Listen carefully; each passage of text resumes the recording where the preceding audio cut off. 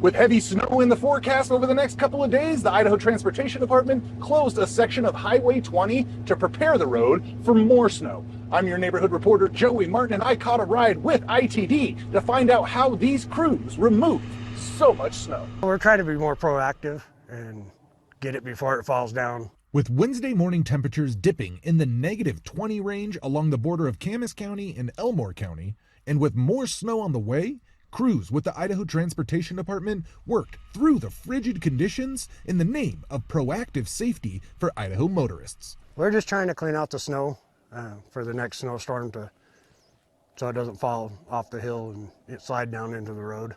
To help facilitate the process, ITD crews from Regions 3 and 4 came together to close a section of Highway 20 in Elmore County between Anderson Dam Road and Hill City. Backed by a 9-man crew, 3 graders, and a 1974 snowblower nicknamed the Beast, It blows snow like no other. crews made easy work of multiple hillsides, and I tagged along for the ride. Crew foreman Gabe Seelaff explained their plan of attack. So what we're trying to do is we're trying to peel the shoulder back, bring it back up on the road so that we can chuck it back out further and make more room for the snow that's coming in this weekend.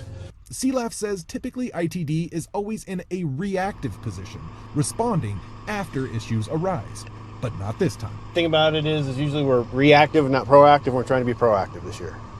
Trying to get it out of the way so, again, nice day, we can close it, and then that way when the storm hits, we can try our best to try and keep it open and keep it going. ITD crew member Jeremy Wolf knows how important this work is, but did say the weather conditions could leave something to be desired.